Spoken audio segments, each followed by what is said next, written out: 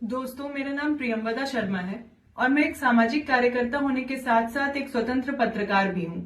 इस वीडियो के माध्यम से मैं आपके सामने कुछ गंभीर तथ्य रखना चाहती हूँ। मैं आपके सामने वो तमाम ऑडियो, वीडियो, स्क्रीनशॉट शेयर करना चाहती हूँ जिससे कि यह स्पष्ट संकेत मिलता है कि नोएडा में 13 अप्रैल को जो हुआ उसमें सीधे सीधे यूपी पुलिस की संलिप्तता थी।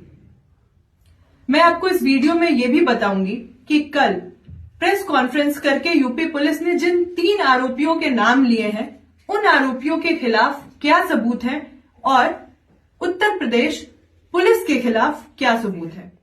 तो सबसे पहले तो हम यही देख लेते हैं कि जिन व्हाट्सएप ग्रुप का हवाला देते हुए उत्तर प्रदेश पुलिस इन लोगों को गिरफ्तार कर रही है और इनके ऊपर देशद्रोह जैसे मुकदमे, एनएसए जैसे मुकदमे लगाने की बात कर रही है, इनके खिलाफ उन व्हाट्सएप ग्रुप्स में क्या मिला। जब हमने व्हाट्सएप ग्रुप की जांच पड़ताल शुरू की तो हमें पता चला कि रूपेश और आदित्य सिर्फ एक व्हाट्सएप ग्रुप के एडमिन हैं।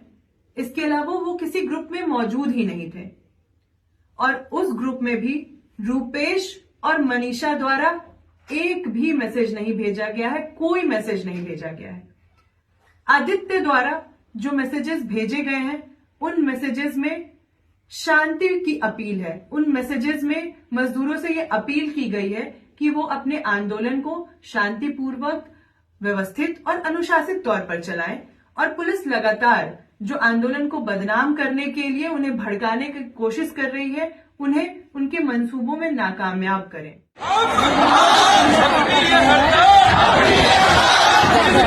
शांतिपूर्ण तरीके से चलाएंगे। किसी भी तरीके का हिंसा नहीं करेंगे। इसीलिए हम ये कह रहे हैं कि ये पुलिस प्रशासन हमारा प्रशासन हमारी जायज मांगों को पूरा करने में, हमारी जायज मांगों को हमारी मदद करे। यूपी पुलिस क्या इस बात का कोई भी प्रमाण दे सकती है कि इन तीनों आरोपियों के भड़काऊ मैसेजेस उनके पास है, भड़काऊ वीडियो मैसेज उनके पास है जिसमें वो बोल रहे हो, हिंसा करने के लिए लोगों को उकसा रहे हो।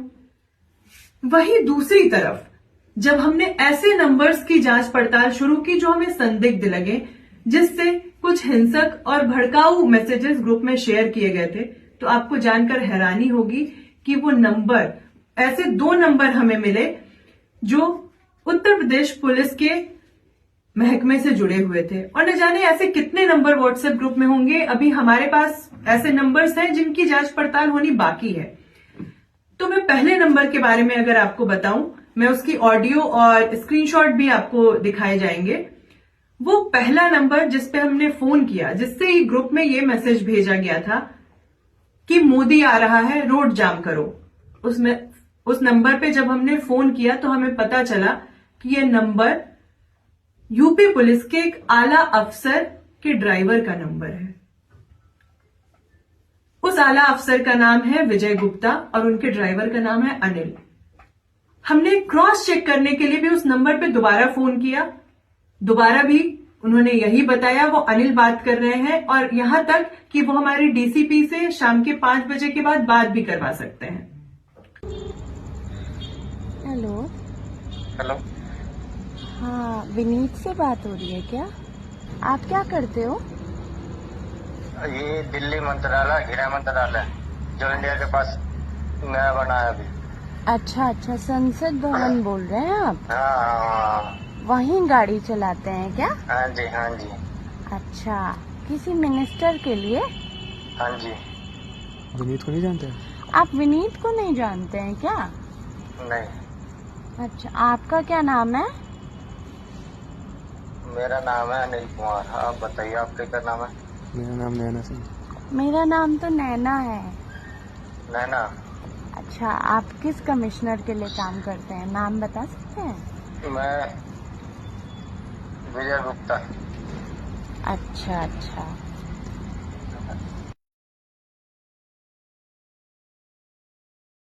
मोदी आ रहा है बाईपास उसका उद्घाटन करने के लिए कल पूरा रोड जाम करना चाहिए। अब आप क्या इसे हिंसक या भड़काऊ मैसेज नहीं कहेंगे? पहला सवाल। दूसरा सवाल, एक आला अफसर का ड्राइवर मजदूरों के ग्रुप में क्यों था? दूसरा नंबर जो हमें संदिग्ध लगा जब हमने उसकी जांच पड़ताल शुरू की, तो वो नंबर नोएडा के सेक्टर 142 थाने की एसआई बीना का था, जिन्होंने 13 अप्रैल को ऐसे भड़काऊ मैसेजेस के स्क्रीनशॉट्स ग्रुप में शेयर किए थे, जो स्क्रीनशॉट्स भी आपको यहां दिखाए जाएंगे। तो सबसे पहला सवाल जो बनता है वो तो यही है कि मजदूरों के ग्रुप में ये पुलिस के लोग क्या कर रहे थे और ऐसे मैसेजेस क्यों डाल रहे थे?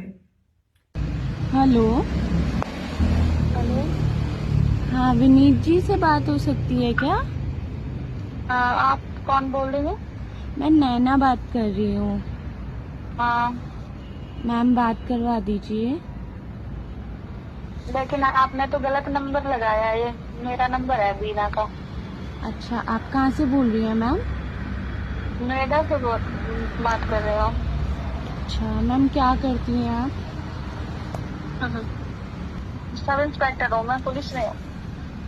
जिनको पुलिस आज मुख्य आरोपी बनाकर पेश कर रही है, उसमें से रूपेश और मनीषा तो 11 अप्रैल की रात से ही पुलिस की हिरासत में है। तो फिर ये कैसे हो सकता है कि वो 13 तारीख को इंडस्ट्रियल इलाके में मौजूद होकर हिंसा भड़का रहे थे? आदित्य, जिनकी पुलिस को हम ये कह रहे हैं कि आप पता करें कि उनकी लास्ट लोकेशन कहाँ की है, क्या उन्होंने ऐसी भड़काऊ कोई भी वीडियो भाषण दिया है, तो आप ऐसे सबूत हमारे सामने पेश भी करें। मुझे तो साथियों इस बात का पूरा अंदेशा है कि जैसे ही मजदूरों ने अपनी जायज मांगों को लेकर हड़ताल शुरू की, इस पूरे दौर में जब एलपीजी का संकट बहुत अधिक गहराया हुआ था, लोग 10 से 12 हजार में अपना गुजारा नहीं कर पा रहे थे, जिससे परेशान होकर वो अपने एकदम वाजिब हक के लिए सड़कों पे उतरे, तब उत्तर प्रदेश पुलिस के ऊपर मालिकों का दबाव आया और मालिकों द्वारा यह कहा गया कि किसी भी तरह से यह हड़ताल चलनी नहीं चाहिए। और इसीलिए अपने तमाम तरीकों को अपनाते हुए उत्तर प्रदेश पुलिस ने इस हड़ताल को तोड़ने की साजिश रची।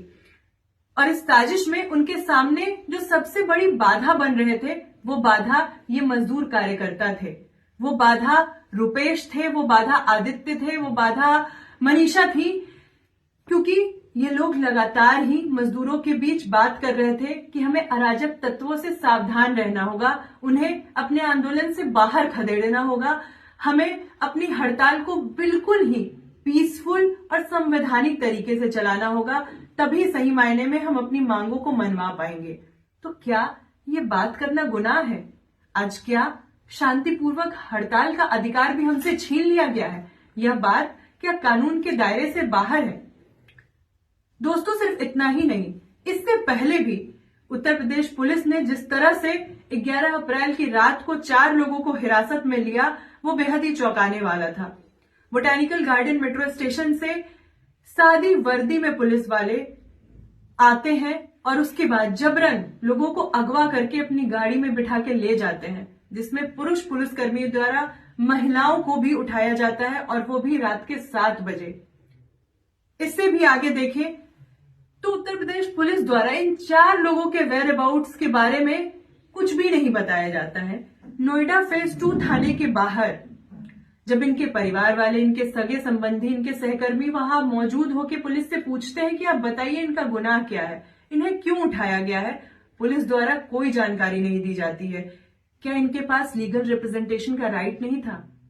उसके अगले दिन जैसे ही हमें पता चलता है कि शायद इन्हें सूरजपुर कोर्ट में पेश करें और वहां पे ये हमें कंप्लेंट की कॉपी दें और बताएं कि इनके खिलाफ क्या एफआईआर हुई है, तो वहां पर जमानतदार और वकील पहुंचते हैं। लेकिन वहां भी उत्तर प्रदेश पुलिस के वही लोग जिन्होंने 11 अप्रैल की रात सादी वर्दी में इन्हें उठाया था, वही लोग आते हैं और एक बार फिर मारते पीटते हुए न सिर्फ जमानतदारों को उठाते हैं, बल्कि 3 वकीलों को भी उठाकर ले जाते हैं और शाम के 5 बजे तक उन्हें एक बहुत ही अनजान लोकेशन पे ले जाके रखा जाता है, उन्हें डराया धमकाया जाता है, उनसे पूछताछ की जाती है और इन सब के बारे में लोगों को कोई सूचना नहीं कि ये पुलिस किस आधार पे कर रही है, उनके खिलाफ क्या एविडेंस है, उनको लीगल रिप्रेजेंटेशन का राइट उनसे क्यों छीना जा रहा है। तीसरी बात जो यूपी पुलिस फैला रही है कि इस पूरे प्रदर्शन को, इस आंदोलन को हिंसक बनाने का काम कुछ बाहरी तत्व कर रहे थे, कुछ एक्सटर्नल एलिमेंट्स कर रहे थे, ये भी किसी चुटकुले से कम नहीं है। ये पूरा मसला मजदूरों और मालिकों के बीच का था। उनके बीच सुलह कराने के लिए मजदूर होते, मालिक होते, इनका ही काम था। यूपी पुलिस वहां क्या कर रही थी, वो किस हैसियत से वहां पहुंची थी? और अगर भीतरी और बाहरी का यही मसला है तो फिर तो चंपारण के लिए गांधी जी भी बाहरी थे और इस वक्त बनारस के लिए मोदी जी भी बाहरी हैं, उन्हें भी वहां नहीं होना चाहिए। तो ये भीतरी और बाहरी के मसले का इस्तेमाल कर जो पूरे आंदोलन को बदनाम करने की साजिश है, उसकी हकीकत भी वो लोग जानते हैं जो इस वक्त जेलों में बंद है बिना किसी कसूर के। वो तमाम बेगुनाह लोग जानते हैं पुलिस का रवैया क्या रहा है। इसके अलावा पुलिस एक और बेहद ही मजाकिया और हास्यास्पद दावा कर रही है कि इन सभी के तार पाकिस्तान से जुड़े हुए थे। आपको कल को यह भी पता चलेगा कि मेरे तार भी इन्होंने पाकिस्तान से जोड़ लिए हैं।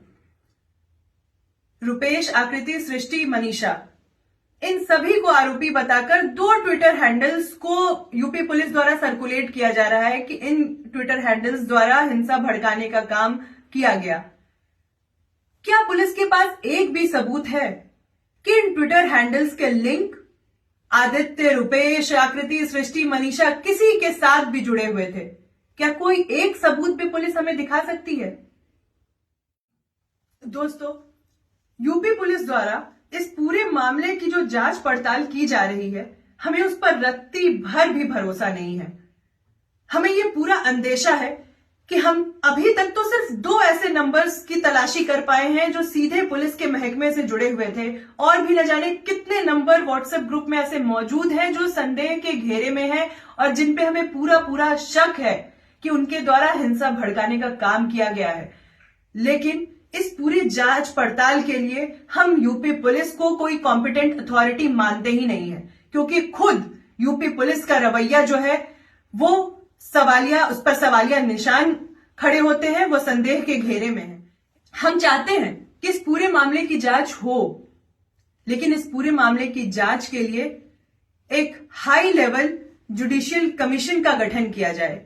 सुप्रीम कोर्ट इस मामले पे सुओ मोटो कॉग्निजेंस लेते हुए इस पूरे मामले की एक परत को खोलने के लिए एक हाई लेवल जुडिशियल कमीशन का गठन करे और इस मामले की जांच पड़ताल शुरू करे। बिल्कुल जांच होनी चाहिए और सामने भी आना चाहिए कि कौन लोग इस पूरी साजिश, इस पूरे षड्यंत्र के पीछे हैं। और हमारा पूरा अंदेशा है कि ये महज किसी नोएडा के एक थाने की बात नहीं है, इसमें पुलिस के आला अफसर भी शामिल हैं, क्योंकि कई तथ्य उस ओर पुख्ता तौर पे इशारा करते हैं। दोस्तों, अगर ये नहीं होता है तो आने वाले दिनों में कई और बेगुनाह, कई और निर्दोष लोग भी इनकी साजिश का शिकार बनते रहेंगे और सच के लिए, लोगों के हक के लिए आवाज उठाने वाले लोगों को ऐसे ही चुप कराया जाता रहेगा, उनका दमन किया जाता रहेगा। आपको बता दें कि रुपेश एक ऑटो ड्राइवर है जो लोगों के हकों के लिए बोलते हैं। आदित्य एक पढ़ा लिखा होनहार स्टूडेंट रहा है जिसने इंजीनियरिंग की है, जो समाज में दबे कुचले लोगों के हकों की आवाज को उठाने का काम भी करता था। वहीं मनीषा नोएडा की फैक्ट्री में काम करती थी। आकृति, सृष्टि जैसी स्टूडेंट्स भी हमेशा ही सच के लिए, न्याय के लिए बोलती रही हैं।